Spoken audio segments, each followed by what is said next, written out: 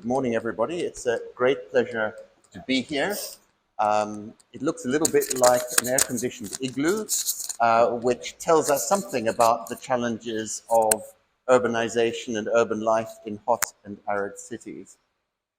What I'm going to do follows very well from Bill's introductory comments and indeed the little video, which is to give you a little bit of the bigger picture, or expressed differently, where do your ornamental and not so ornamental plants fit in to arid and semi-arid cities in hot environments? And I should just say as well that one of my other roles is to serve on the global jury of WWF's One Planet City Challenge, which has now run for a number of years, and each year we make the methodology of what cities have to comply with as a condition of their entry a little bit more demanding. And the focus is now unequivocally and unapologetically on both climate change mitigation, but also adaptation, as well as trying to understand how we combine those towards transformation to more just and equitable cities that enable people to live in whatever climatic zone, whatever region of the world, in our changing climates. And notice I use the term in the plural, not in the singular.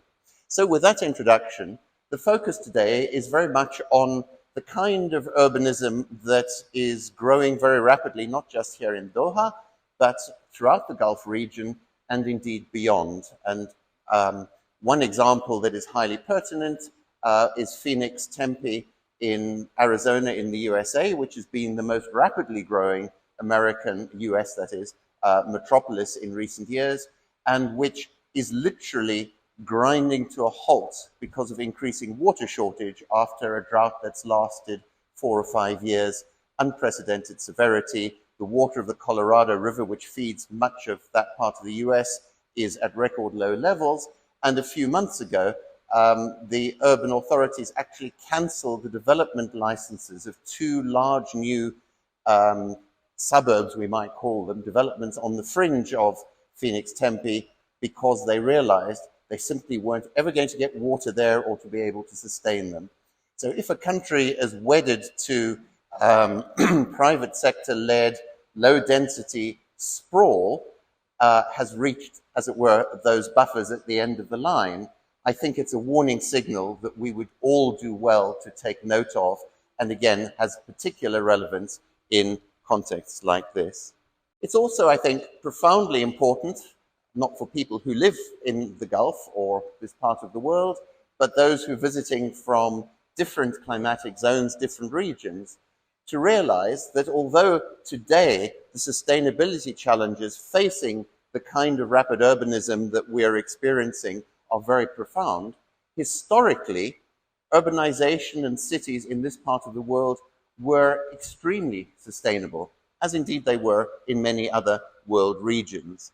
And this is true whether they were small settlements clustered around an oasis, whether they were stopping points, inns along caravan routes across the Sahara or across Arabia, whether they were ancient centers of learning and trade, and I've got some examples in different world regions up on the screen, or whether they grew over time to become the capital cities of major civilizations, regional empires. Cairo, Luxor, Marrakesh, Lima, Bulawayo in today's Zimbabwe would all be examples of that. And the reason why, regardless of which part of the world, what the cultural values, belief systems of those people were, that they were sustainable because people understood profoundly that the only way to live in inverted commas, hostile environments is to learn to live with nature, not against nature. And I think one of the profound problems that underpins our contemporary challenge of meeting climate change, of becoming more sustainable and resilient, is that modern technology, the nature of our economic systems, has encouraged us and allowed us to forget that, and to think that nature is little more than resources to be exploited as we see fit. And some of the examples I've already given illustrate the problems with that. And what we have to do, again, regardless of where we are, who we are, where and how we live, is to rediscover, in the way that pretty well all ancient cosmologies did, that we are part of nature. We are the custodians or the trustees of nature, not the lords and masters of nature. And that is the profound mental shift that we all have to achieve. And here are a few examples of ancient cities in this part of the world, or in North Africa. Several of these, in fact, are Marrakesh in Morocco, where people learned to live comfortably, coolly, sustainably with nature in terms of the greenness, the use of different species of plants, trees that provided fruit as well as shade, that fertilized rather than toxifying or extracting nutrients from the soil, using water as a feature to cool, provide water for people, for animals, and all the rest. So the challenges then in this part of the world particularly, I don't just mean the Gulf region, I mean arid and semi-arid zones globally, is that this very rapid, often low density spread driven by endless motorways, air-conditioned vehicles, private vehicles, the desire of people to live in detached, often single-story, double-story houses, villas, whatever you want to call them, are imposing an unsustainable burden on the local environment. And as we see, as I've already mentioned, this is what cannot continue. So our challenge, given that bricks, mortar, steel, concrete, glass, and tarmac last for decades, is actually how we retrofit more sustainable and resilient lifestyles, patterns of urban design that we can live in and with, rather than how we destroy everything that we've built and start again, because we do not have time, we do not have the resources, it is not a luxury that we can afford. So the kinds of challenges which, again, if you live here or if you've spent time in this part of the world, should be obvious, are around access to water, around the high import content of food and most other things, the challenges that this environment, and becoming harsher all the while, pose for animals as well as humans, that the lack of vegetation or the paucity of vegetation means that the ability to take up carbon or sequester carbon from the atmosphere is much lower than elsewhere. It is much more costly, by and large, to develop and to maintain infrastructure in these conditions. And in many cases, there are limited employment opportunities, livelihood opportunities, limited economic diversity. But many of the Gulf cities are achieving some of those things, but the question is at what cost and how sustainably, and very much, of course, reliant on high import content of workers as well as commodities, food and so on, and crucially, very high dependence on fossil fuels. They're resource intense, import dependent, expensive, and what one might call bubble or enclave economies that are not really organically connected to the wider spaces, territories, societies of which they form part. So what I'm essentially going to do with the rest of the talk is run through 10 key challenges which are fundamental to policy and fundamental to governance of how we actually control, live in, regulate hot and arid cities in the context of the climate crisis. As I'm sure many of you know, Kuwait is probably the hottest, certainly one of the hottest, maybe Basra as well, in this part of the world. And every summer in the last few years, the temperatures have hit or passed 50 degrees Celsius. Very profound challenges. You can fry an egg in about 90 seconds on a pavement in those sorts of temperatures. I've already mentioned Phoenix Tempe, and they keep breaking records as well. Last summer, they recorded 55 consecutive days of temperatures above 43.3 Celsius or 110 Fahrenheit. And despite the fact that most people have access to air conditioning and so on, these are providing real challenges in terms of infrastructure breakdown, food supply, human comfort, heat stroke, profound health challenges to people with cardiovascular illness, other chronic health conditions.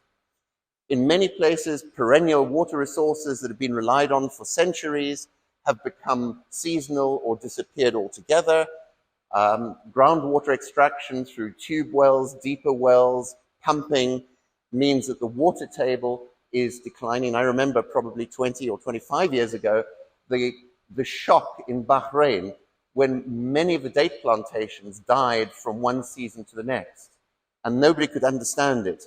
And when they started exploring, they discovered the problem was that the growth of the urban and industrial and the Western lifestyles had dropped the water table below the roots of all the date palms. And again, I think in a very specific way, that illustrates the kind of challenge that we're facing.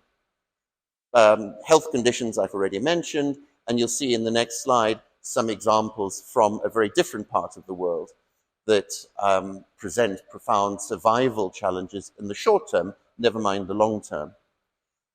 In these arid zones, rainfall in most cases is becoming sparser. The pattern of rainfall is changing. The rainy seasons are often becoming shorter. There are a few places the opposite is true. And the nature of rainfall is changing to much more intense storms on fewer days than was traditionally the case. And that provides a challenge in terms of flooding, of water harvesting, and all the rest. And in many places too, the deserts and the semi-arid areas are expanding. So that areas that used to have a lot more greenery, used to be able to undertake a reasonable level of agriculture, are now actually struggling to do that. And many people are becoming what are sometimes, unfortunately, called environmental refugees. For example, where the Sahara is moving further south through Burkina Faso, into northern Ghana, into Mali, and that part of the world. And of course, it's not just life on land that is threatened, it's life in the water. Increasing temperatures, salinization, sometimes acidification, are driving out the dissolved oxygen from the water and making it harder and harder, even without other poisons and pollutants, for aquatic life to survive. I was doing some work with colleagues in Tamale in northern Ghana, which is right on the Sahara Savannah fringe. And this work was done in 2018, so five and a half years ago now. And we measured both the internal and the external temperatures of different kinds of buildings made with traditional construction materials and thatched roofing, as opposed to so-called modern bricks, blocks, corrugated metal roofs, and so on, and contrasted that with people trying to live and work in the shade. And you can see there that these are, in many cases, unsustainable temperatures. The blacksmith working under that sort of open roof was trying to work at 61 degrees. The living room inside the thatch house was a relatively moderate 39, but if you've ever tried sleeping in those conditions without a fan or aircon, it's still pretty challenging. By contrast, under the metal roof, it was nearly 45 degrees. That workshop, the women sewing, 50 degrees, but outside in the shade, 38 degrees. The meteorological station at the airport, very close by, showed 41.5 degrees. Oops. And here, as a graph, histogram, you can see the very significant differences that building materials and the width of shade provided by roofs and other elements of individual structures provide. Food supply and security, again, fairly obvious. I've already touched on aspects of that. We have to innovate. We have to move towards drip irrigation, hydroponics, controlled environment agriculture, similar sorts of techniques which may be capital intensive. They may be able to use elements of indigenous or traditional knowledge in various areas, or combinations of the two, which are often the most fruitful. Or what is often called in arid and semi-arid zones, regenerative agriculture, where you rehabilitate land, you restore wetlands, whether they're seasonal or perennial, you use them in a more sustainable way. And there's a lot of evidence from different parts of the world that this can be remarkably successful if done with local people, and particularly the local communities who live and work in those environments and often have memories of how things used to be and used to work. Waste disposal is another high challenge. Things don't decay here in the way they do in humid tropics or subtropics, which at one level means that meat doesn't putrefy, but things don't decay. And landfill, in the absence of widespread circular economic activity, recycling facilities, is still accounting for the majority of urban waste. A lot more attention needs to be given everywhere, but again, particularly in these areas, to promoting the circular economy, where buildings are repurposed rather than being demolished and rebuilt from scratch, where we learn to upgrade, retrofit, to make them more habitable, make them more adaptable. And there is wide experience around the world now with providing this kind of flexible architecture rather than building rigidity into the design of structures, which enables them to be repurposed and so on. So, for example, where I live, just outside London in the UK, as a result of the combination of successive economic crashes and the pandemic a few years ago, many office buildings are now empty. Nobody wants to work there. You can't let them. So what is starting to happen on a growing scale is that old office blocks are being converted into flats or apartments for people to live in. It's a very expensive process because they weren't designed to be flexible in use, but it is helping to reinvent cities, to bring people back to live closer to the center, and help us to move towards mixed land use and elements of what is now often called the 15 or 20-minute city or neighborhood. So there are positive elements to this sort of thing as well. And that brings us to one of the key issues for this part of the world: innovative architecture and urban design. And again, it's not only a case of finding the latest high-tech solutions, but working with elements of what you saw in the early slide of traditional, in this neck of the woods, Islamic architecture, the use of shaded patios, balconies, courtyards, water features, trees, the orientation of buildings to maximize exposure to the wind so you can have passive cooling, wind towers, using the sun in ways which are helpful rather than which make buildings more and more uncomfortable. And think back to what I had in those slides a moment ago from Tamale. Thinking about our rules, our regulations, the governance systems to encourage the kind of thing that I'm talking about, whereas many of our planning rules and regulations date from decades ago when conditions were different. They date often from US or UK or French planning law, which was ultimately developed in a very different environmental and cultural context. And in many cases, these have never been fully adapted and made locally appropriate. So really, the climate change challenge makes it inevitable but urgent that we do that and ensure that rules and regulations are appropriate to the locations and the needs of the different groups of people who need to inhabit urban space, not just the utopian visions of an urban planner or a global superstar architect or whatever. Multiple technologies. There's no one magic solution technology that's going to provide us with a technical fix. We need multiple. So all those passive cooling, other things that I've mentioned, doesn't mean that there's no role for air conditioning. But air conditioning is very energy intensive. And if that's driven by fossil fuels, that adds to the problem rather than helping to solve it. And if you walk around Meshereb, for example, which is a new area inspired by Islamic traditions, you may not realize it from ground level or one of the floors. But if you actually go to the top of one of the taller buildings and look around, you'll see that there are actually extensive solar farms on the roofs of pretty well all the buildings. So they are trying, within a sort of modern version of Islamic-inspired architecture and using modern but local materials as far as possible, to generate renewable energy and to reduce the fossil fuel dependence. That's just one specific example.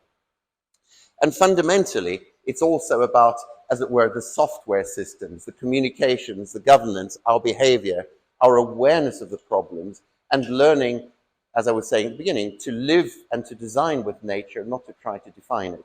So making sure that you put your pathways through the parks in the shade of the trees, not in the middle, in the lawn, in the hot sun, making sure that where you put park benches, that they're in the places and they're made of materials that are comfortable to sit on as it gets hotter and hotter. So not made of brick or concrete in temperatures and climatic zones like this, for example.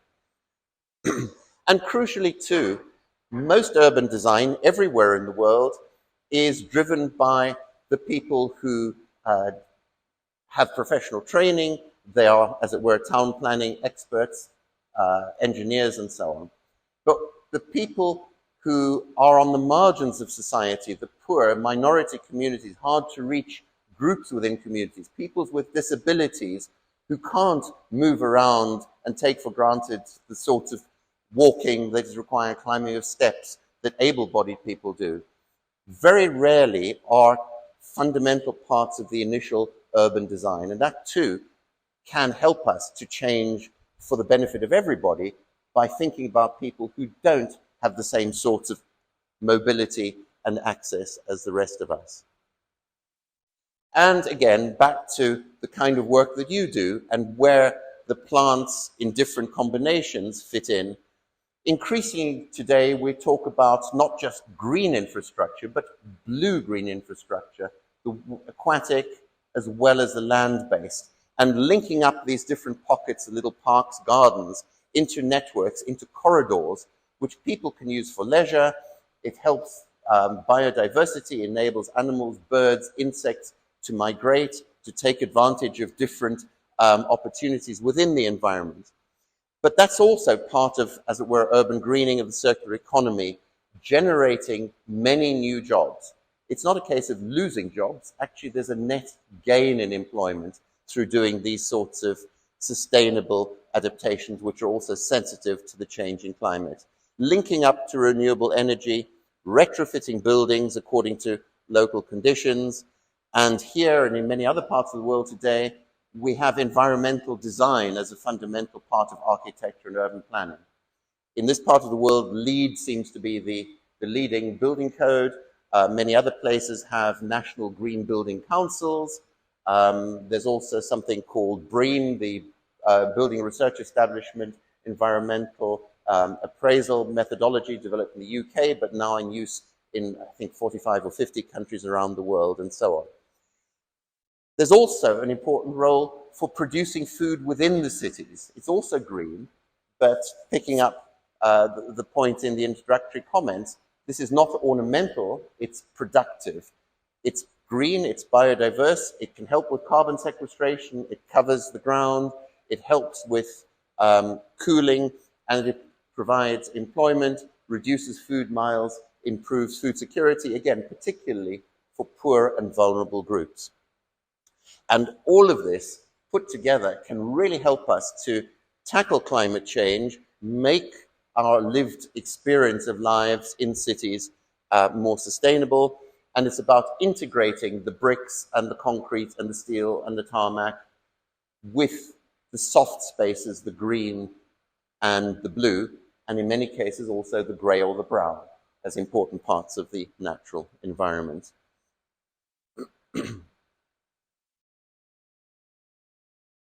Many people think of these as expensive luxuries which we can't afford, but actually there's much work being done in places like Tamale, in other parts of the world, that show that this can help to tackle poverty, reduce inequality, make cities more equitable and just, and crucially, sustainable. So the kinds of trade-offs that we were told about some years ago, well, you can't have green cities and employment.